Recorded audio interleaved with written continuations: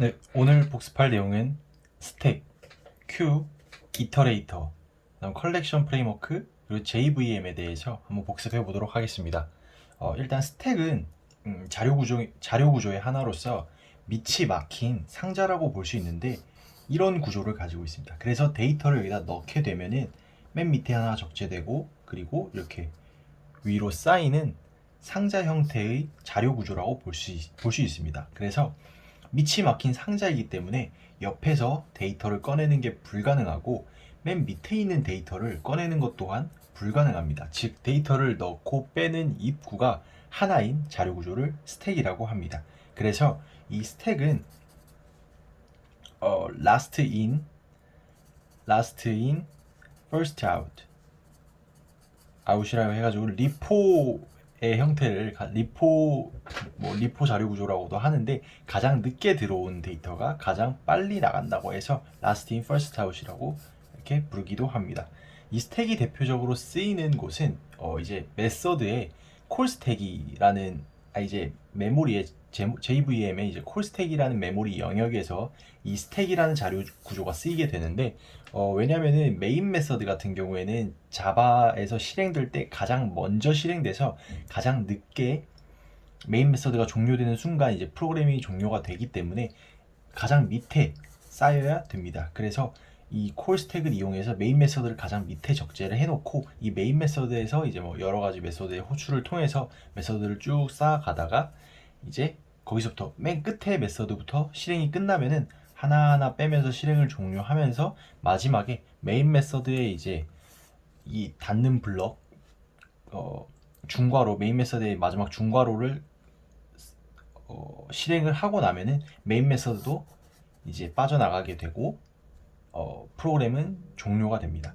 이렇게 스택에서의 핵심은 가장 늦게 들어온 데이터가 가장 먼저 나가는 밑이 막힌 상자 구조이고 중간에서 데이터를 빼거나 아니면 뭐 데이터를 추가하거나 하는 작업이 불가능하다라고 말씀드릴 수 있을 것 같습니다.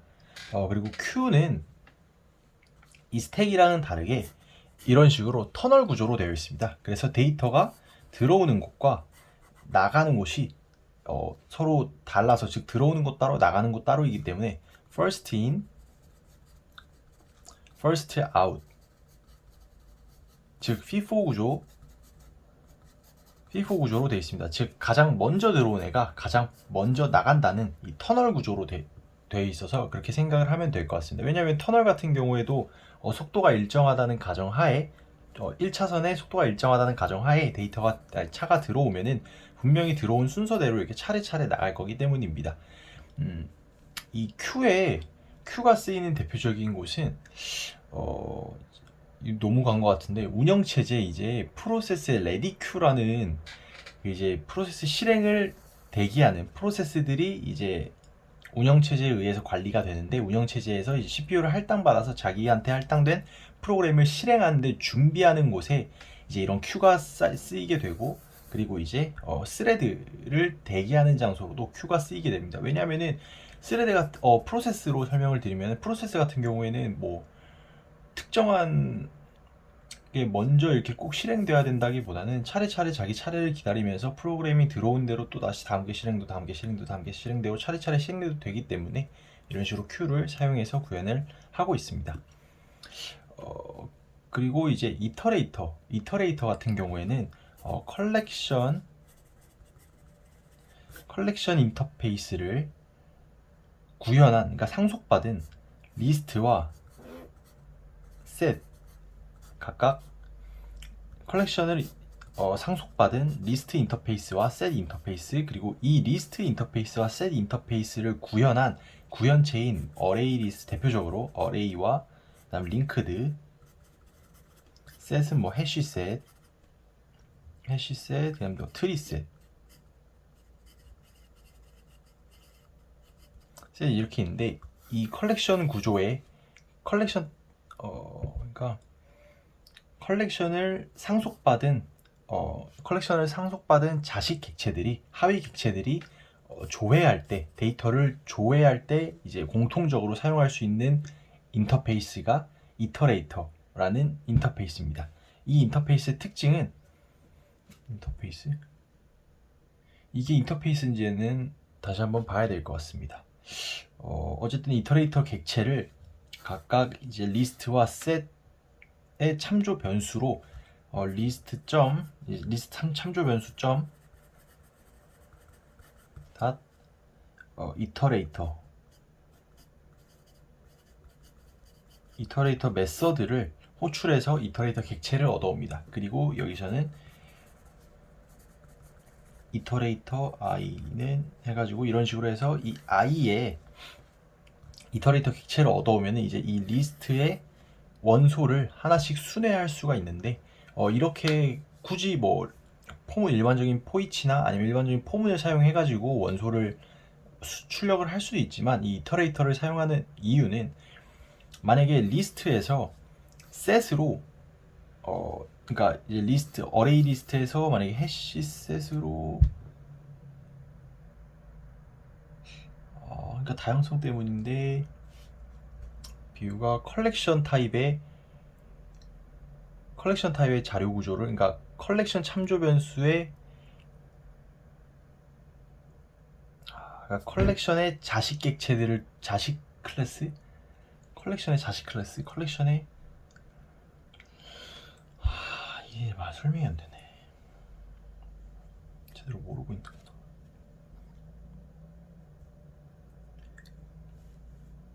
그러니까 다형성을 사용해서 이제 이터레이터는 이 컬렉션을 상속받은 리스트와 셋에서 이제 데이터를 조회할 때 사용을 할 수가 있기 때문에 다형성을 이용해서 만약에 리스트에서 셋으로 변경이 된 컬렉션 타입으로 선언했을 때 어레이 리스트에서 만약에 뭐 해시셋으로 이렇게 데이터가 변경이 돼도 컬렉션에만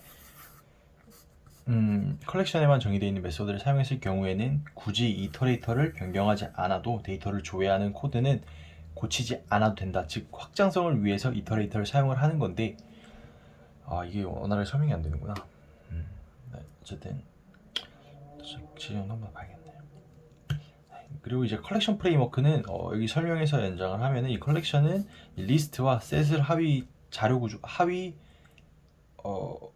클래스로 자식 클래스로 가지는 상위 클래스인데 이렇게 묶어둔 이유는 컬렉션을 통해서 리스트와 셋으로 이렇게 서로 변경을 할 때 소스 코드를 상세한 구현을 변경하지 않고 컬렉션 타입으로 선언을 해서 사용을 하면은 리스트에서 셋으로 또 셋에서 리스트로 서로 변환을 할 때 다양성으로 인해서 상세한 자료 구조에 대한 컬렉션 메서드는 변경을 하지 않아도 된다는 장점, 즉 확장성 때문에 이 컬렉션 프레임워크를 상속받은 클래스를 사용을 합니다. 그리고 이제 JVM에 대해서 말씀드리도록 하겠습니다. 이 JVM은 자바 버추얼 머신으로서 왜 자바 버추얼 머신, 즉 자바 가상기계, 자바를 실행하는 기계입니다. 이게 왜 필요하냐면은 운영체제가 OS가 있고 맥이 있고 그다음에 리눅스 이렇게 각각 다른 OS 위에서 공통적으로 실행을 시키기 위해서는 이제 운영체제 위에다가 가상 머신이라는 자바를 구동시킬 수 있는 자바 프로그램을 구동시킬 수 있는 가상 머신을 띄워두고 원래 같으면은 마이크로소프트 MS 이 윈도우,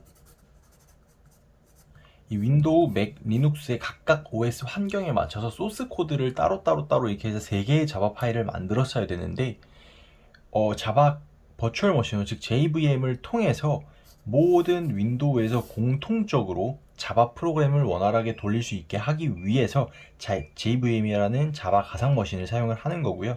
이렇게 올리게 되면은 각각의 프로세스가 JVM을 구동시키는데 이제 메모리를 할당해서 구동을 시키게 됩니다. 그렇게 되면은 이 JVM을 통해서 어떤 운영체제든지 구애받지 않고 공통적으로 자바 프로그램을 자바 소스 코드 하나로 실행을 할 수 있다는 특징이 있고요. JVM의 가장 크게 3가지 영역으로 나눌 수가 있는데 클래스 로더 그리고 이제 메모리 영역, 즉 운영체제로부터 이제 프로세서로부터 할당받는 메모리 영역, 그리고 이제 실행 영역, 이렇게 전반적인 실행을 시키는 실행 영역이 있습니다. 그래서 처음으로 이제 이 클래스 로더 클래스 로더에 대해서 말씀을 드리면은 이제 자바의 JDK로 저희가 이제 런타임을 실행을 하면은 저희가 작성한 소스 코드를 이제 쭉 컴파일을 합니다. 이 컴파일을 하는 자바 컴파일러는 자바 C라는 이제 파일이 컴파일을 해서 클래스 로더한테 넘겨주게 됩니다. 그럼 이 클래스 로더는 컴파일된 .클래스 파일, 즉 원래는 .java 파일인데 컴파일이 되면은 .클래스 파일이 되게 됩니다. 컴파일이 되면 .클래스 파일로 변하게 되고, 이 .클래스 파일을 이제 클래스 로더가 읽어드리면서 필요한 클래스들, 그리고 스태틱 메서드, 필드들, 그리고 이제 클래스 안에 있는 메서드들을 이 메모리에 메서드 영역이라는 곳에 적재하게 됩니다. 그래서 나중에 이제 JVM의 인터프리터나 짓컴파일러가 이제 실행을 할 때 이 클래스들을 사용할 수 있게끔 패키지 경로, 그 다음에 클래스 저희가 생성한 클래스, 그 다음에 사용되는 클래스들, 그리고 이제 스태틱으로 전역 변수로 이제 선언된 스태틱 필드와 메서드들, 그리고 이제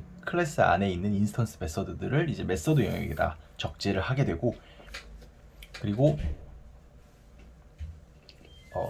객체 선언된 즉 new 해가지고 의존성이 명확하게 명시된 객체들을 힙 영역에다가 생성을 하는 게 아니지. 실행 타임에 생성을 하지. 실행 타임에. 네. 그래서 결국에 클래스 로더에서 적재를 하는 것은 클래스 패키지 경로, 클래스 파일, 클래스의 이제 인스턴스 필드와 메서드들, 그리고 실행을 위한 메서드, 그럼 인스턴스 필드, 그리고 스태틱 필드와 메서드들 이제 메모리 영역에, 메서드 영역에 적재를 하게 됩니다.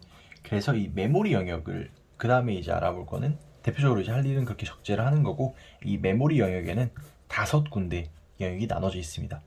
일단 5군데 중에 2군데하고 3군데로 이렇게 크게 나눌 수 있을 것 같은데요. 2군데는 아까 이제 클래스 로더가 이제 클래스 파일과 뭐 스태틱 메서드, 그러니까 클래스와 패키지, 그리고 스태틱 메서드를 적재한 메서드 영역과, 그리고 이제 힙 영역이라는 실행 중에 생성되는 객체들, 저희 new 해가지고 생성되는 인스턴스들을 위한 힙 공간, 이 2가지로 나눌 수가 있고, 이 공간은 특징으로는 생성되는 스레드들이, 즉 이 자바 실행 파일을 실행하는 스레드들이 공통적으로 공유하는 공간이고, 데이터가 이제 메모리에 실제로 사용되는 데이터가 적재되는 java.class 파일에 적재되는 데이터들이 저장되어 있는 메모리 공간이고, 이 3군데 나머지 3군데 영역은 하나는 이제 콜스택이라고, 그러니까 스레드가 메서드를 실행하면서 메서드의 실행 메서드를 쌓아두는 콜스택과, 그 다음에 이제 PC라는 프로그램 카운터, 즉 스레드가 그 다음에 실행해야 할 프로그램의 정보를 가지고 있는 프로그램 카운터 영역, 그리고 이제 네이티브 콜스택이라고 대표적으로 이제 커런트 스레드라는 이제 메서드가 있는데, 이 메서드가 자바 파일로, 그러니까 자바로 구현된 게 아니라 C나 C++로 구현된 네이티브 메서드입니다. 그래서 이 네이티브 메서드들이 실행되는 영역 해가지고 이렇게 5군데로 나눌 수가 있습니다. 그래서 일단 이 힙 영역은 메모리가 이제 객체가 생성돼서 저장되는 공간이고, new 해서 어떤 인스턴스를 생성을 하면은 해당 객체는 이 힙 영역에 저장되게 되고, 참조 변수는 메서드 영역에 메서드 내부에 저장되게 돼서 이 메모리 주소를 가리키게 됩니다. 그래서 이제 저희가 객체를 참조해서 이렇게 사용을 할 수가 있게 되는 거고요. 그 다음에 이제 콜스택 같은 경우에는 스레드가 프로그램을 실행을 해가면서 자기가 호출하는 메서드들을 스택처럼 이렇게 하나 둘씩 쌓아놓는 공간이고, 가장 밑바닥에는 메인 메서드가 있습니다. 그리고 이제 뭐 스레드가 도중에 이제 실행이 됐다 그러면은 메인 메서드는 없을 수가 있겠죠. 메인 메서드 어쨌든 하나니까. 그리고 이제 이 밑으로 실행 영역으로 내려가면 또 중요한 3가지가 있습니다. 짓컴파일러,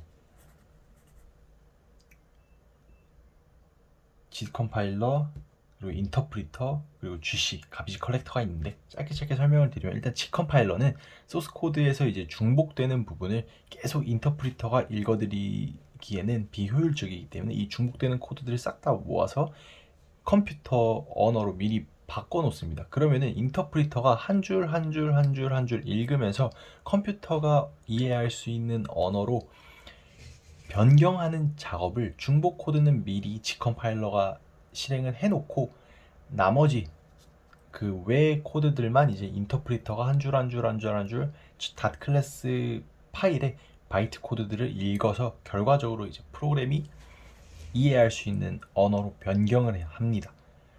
그리고 이제 GC는 가비지 컬렉터라는 놈인데 이 가비지 컬렉터는 이제 힙 영역, 즉 메모리가 생성돼서 이 객체가 생성돼서 적재되는 공간이 힙 영역에서 활동을 하게 되는데 대표적으로 하는 활동은 참조가 없는 객체를 더 이상 아무도 참조하지 않는 객체를 수거하는 역할을 합니다. 수거한다라는 것은 메모리에서 제거를 하는데 메모리 제거를 하자마자 공간이 비워지는 것은 장담을 할 수가 없고 객체 참조가 널로 변했거나 아니면은 그 어떤 객체도 객체 참조가 바뀌어서 더 이상 생성된 객체를 아무도 참조하지 않고 있다고 하더라도 언제 GC가 그 객체를 수거해 갈지는 아무도 모릅니다. 그런 특징을 가지고 있고 어쨌든 가비지 컬렉터는 힙 영역에서 참조가 없는 아무도 참조하고 있지 않는 객체를 수거하는 역할이라고 볼 수 있습니다. 네, 마무리하겠습니다.